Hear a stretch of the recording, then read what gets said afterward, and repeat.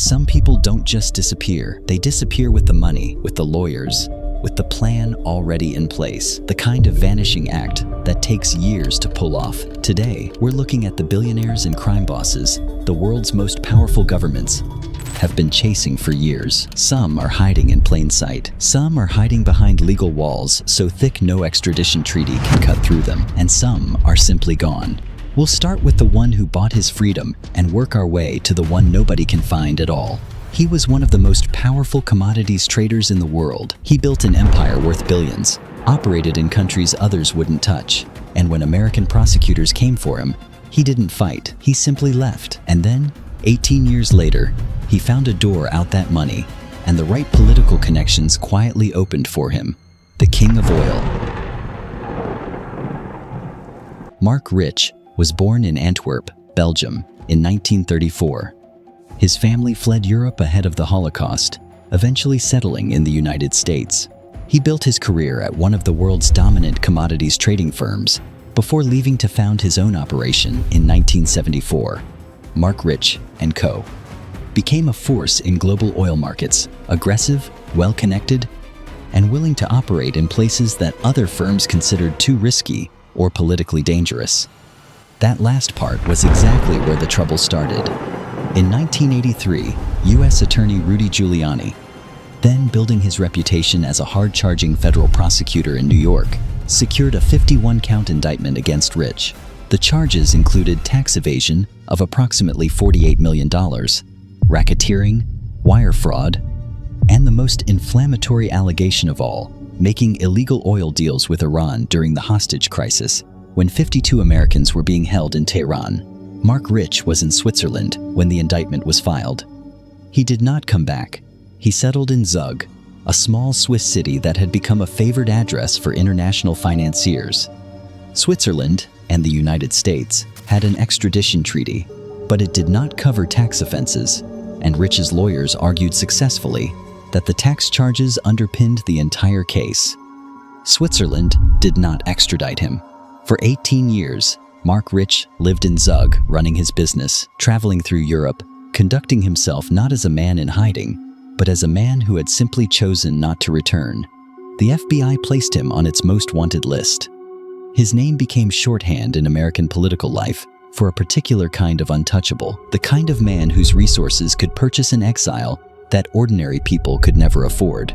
In a very controversial move, Bill Clinton, over Justice Department objections, pardoned Marc Rich, which is very unusual because usually a presidential pardon goes to someone who's paid their debt to society, who's changed their lives. Marc Rich was a fugitive from justice. This had never been done before. Then, on January 20th, 2001, in the final hours of Bill Clinton's presidency, Marc Rich was pardoned. The decision hit American political life like a hammer. Rich's ex-wife, Denise, had donated over $1 million to Democratic causes and to the Clinton Presidential Library. His lawyer, Jack Quinn, had previously served as White House counsel. The pardon was granted without the standard Department of Justice review process. Congressional hearings followed.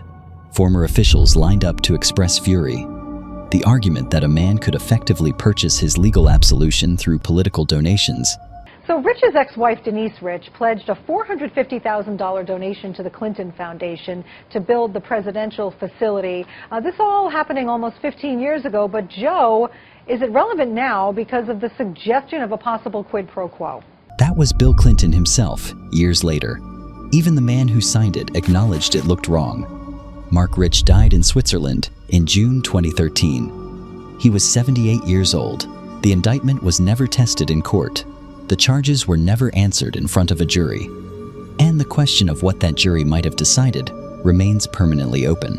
The next story involves no pardons, no political leverage, no comfortable villa in a neutral country, just a woman who built something vast, told the world it was the future of money, and then when investigators started asking questions she couldn't answer, walked onto a plane and disappeared.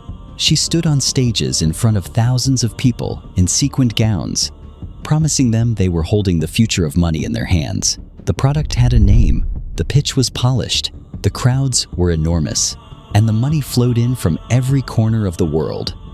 Then, one morning, in the autumn of 2017, she boarded a flight, and the world never saw her again. The Crypto Queen. Ruja Ignatova was born in Bulgaria in 1980. She earned a doctorate in law from the University of Freiburg in Germany. She presented herself as a financial visionary, sophisticated, multilingual, at home in boardrooms and on stadium stages. When she launched OneCoin in 2014, she framed it as the successor to Bitcoin, the coin that would actually achieve what Bitcoin had only promised. The problem, US federal investigators would later establish, was that OneCoin had no real blockchain. There was no underlying technology matching what was being described to investors. The coins existed largely on paper. Their value was set internally, not by any open market, and the structure through which money flowed, recruitment-based, dependent on new investors funding returns for existing ones, was, according to federal prosecutors, one of the largest cryptocurrency frauds in history. The scale is still difficult to absorb. Approximately $4 billion was collected from investors across more than 100 countries. Seminars were held in Europe, Africa, Asia, and the Americas. People withdrew savings, sold property, convinced their families to get in early. The pitch was simple and effective. Early adopters of Bitcoin had become millionaires, and OneCoin was the same opportunity, arriving again. Ignatova predicted all of this in 2014 when she was just starting OneCoin. Back then, she wrote an email that was entitled Exit Strategy. She listed a number of options for how to get away with it. The very first one, take the money and run. By 2017, regulators in multiple countries were raising alarms. US federal investigators had opened a file. The circle was tightening in ways that were becoming hard to ignore.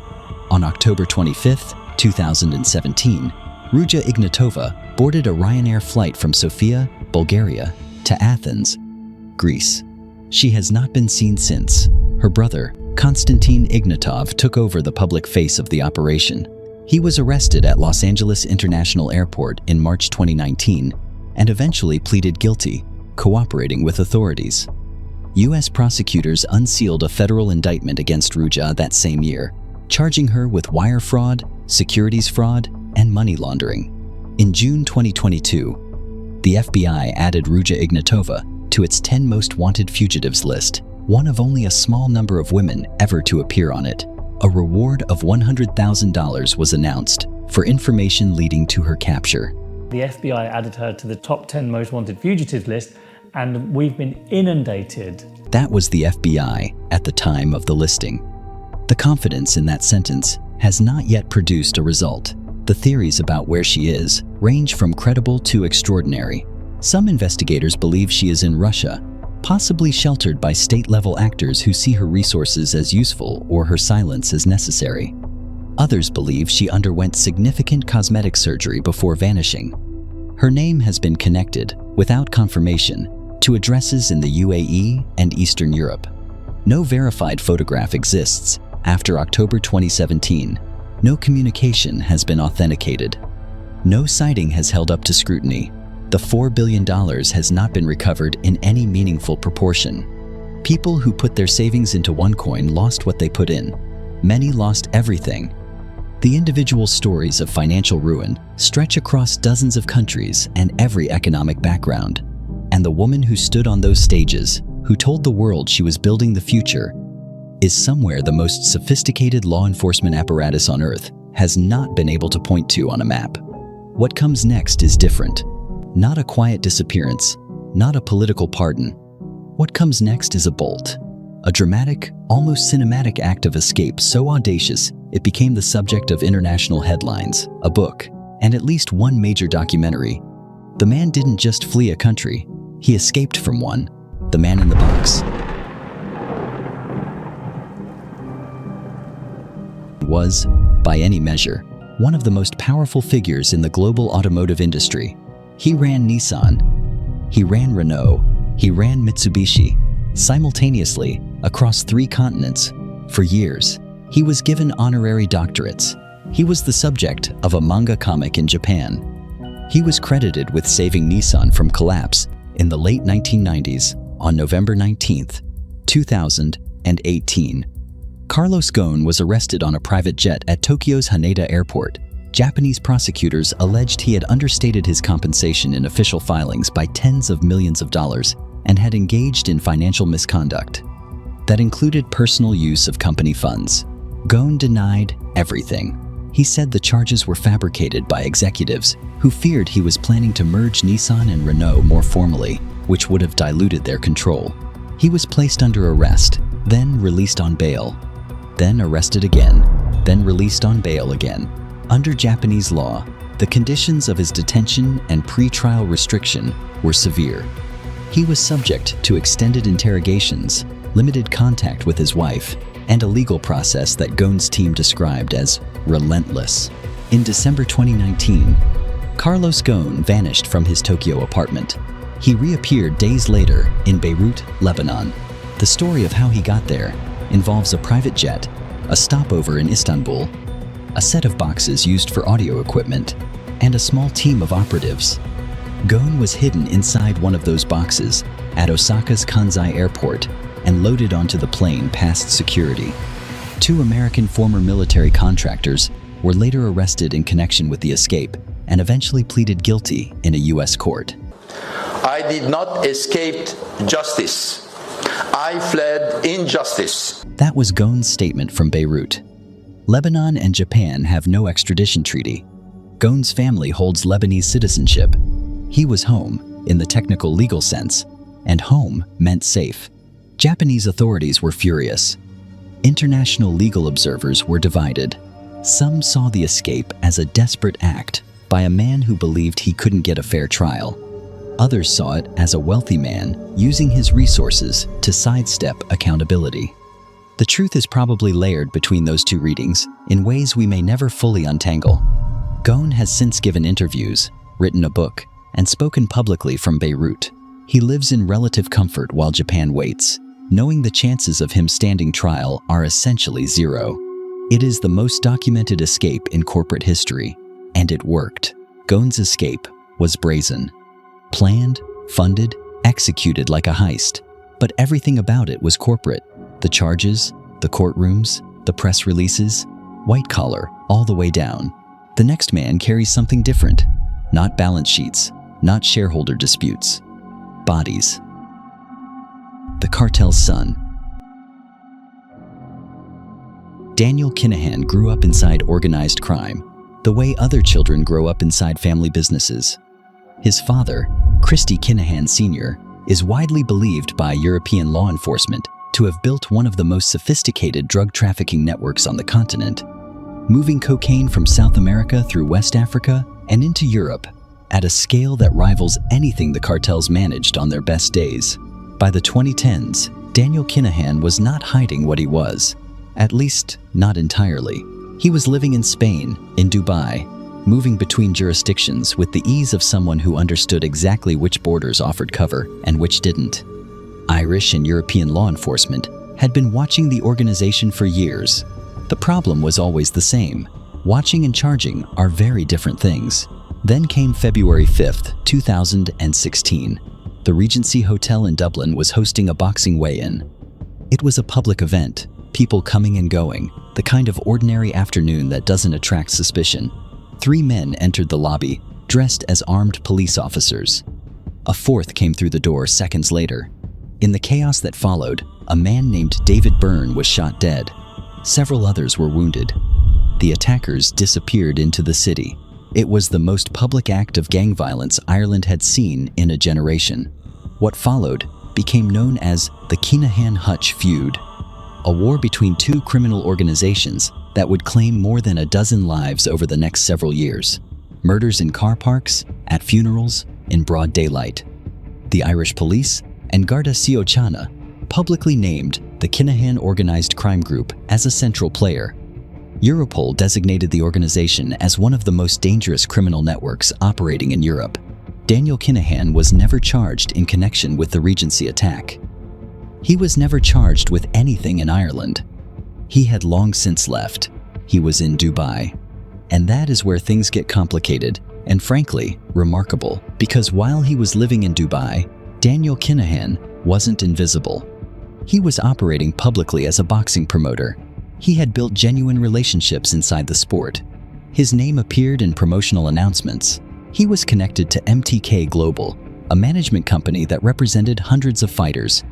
He was involved in high-level discussions between some of the biggest names in boxing, including conversations linked to undisputed heavyweight championship bouts involving Tyson Fury. He was, in a meaningful sense, hiding in plain sight inside one of the world's most watched sports. To bring an end to the Kinahan organised crime gang, they, and embarrassingly to say, they started in Dublin as a small crime gang in the early 80s, and they've grown over the decades into an organised crime gang with an estimated worth of over €1 billion. That was Engarda Síochána Commissioner Drew Harris in 2022, because 2022 was when everything shifted.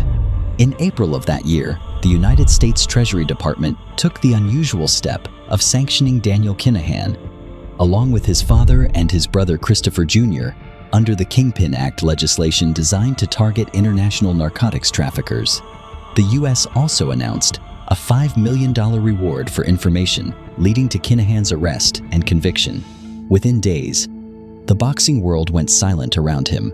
Tyson Fury, who had publicly praised Kinahan and credited him as an important figure in his career, cut contact. MTK Global began unwinding. The business infrastructure collapsed almost immediately once the American financial threat made association too costly. But Daniel Kinahan himself? Still in Dubai. He has not been arrested. He has given no interviews since the sanctions. His lawyers have pushed back on aspects of the allegations. Some reporting has suggested he continues to live comfortably, that the sanctions complicated his life without ending it, that the infrastructure around him adapted. The Kinahan cartel, according to European law enforcement, continues to operate. Drugs continue to move. The organization did not dissolve because its most publicly known figure lost his boxing connections. What makes the Kinahan case sit differently from the others in this video is the violence underneath it. Rich dodged taxes. Ghosn faced accounting charges. Even the crypto fraud, at its core, is a financial story. The Kinahan organization is linked to murders. Real ones, named ones, people who were alive and then weren't. And the man investigators say sits at a senior level of that organization is watching it all from a city with no extradition treaty and a government that has, so far, declined to act. $5 million is on the table, and the chair across from the investigators remains empty. But there is one more man in this video. And unlike Kinahan, who lives publicly enough to have a known city, a known life, a known face on wanted posters, the last man has gone somewhere that no reward, no sanction, no intelligence service has been able to point to on a map. The ghost of billions. The One Malaysia Development Berhad scandal is, by most accounts, one of the largest financial frauds in history. Over $4.5 billion was allegedly stolen from a Malaysian sovereign wealth fund created to drive national development. The money went into shell companies, Swiss bank accounts, luxury real estate in Beverly Hills and Manhattan, paintings by Monet and Picasso, a superyacht called the Equanimity, and the financing of a Hollywood film called The Wolf of Wall Street. The man at the center of it, the man investigators in the United States, Malaysia, Singapore, and Switzerland all say coordinated the scheme, is a Malaysian financier named Low Taek Joe. Known publicly as Joe Low, at the height of the scandal's publicity, around 2016 to 2018, Joe Low was one of the most wanted men in the world. The U.S. Department of Justice filed civil forfeiture actions against over $1 billion in assets they say were connected to him. Malaysia issued arrest warrants. The FBI, Interpol, and multiple foreign intelligence services were involved. Joe Low denied wrongdoing. He released public statements through lawyers. He gave occasional media interviews by phone or written responses, always from an undisclosed location. And then he went quiet. His last confirmed sighting was in China, around 2019. But China and Malaysia have a complex political relationship, and China has not confirmed his presence, denied it, or cooperated meaningfully with any extradition request. There are theories that he is in the United Arab Emirates. or in another jurisdiction protected by money and political relationships. There is no confirmed photograph of him taken after 2018. The superyacht was seized, the real estate was sold off. The paintings were auctioned. Former Malaysian Prime Minister Najib Razak, whose stepson had business ties to Jho Low and whose government allegedly benefited from the scheme, was convicted and sentenced to prison. Goldman Sachs, which arranged the bond offerings that moved the money, paid a $3 billion settlement, and Jho Low is nowhere. What makes this case unusual isn't the scale, though the scale is extraordinary. It's the silence. Most fugitives eventually make noise. They surface for a court appearance. They're photographed somewhere. They issue a statement. They get caught. The system is imperfect, but it grinds forward. Jho Low has not been ground. He has simply not appeared. The money that was stolen was meant to build hospitals, schools, infrastructure. A better country for 20 million people. Some of it built penthouses in New York. Some of it is still sitting somewhere, in accounts or assets that haven't been traced.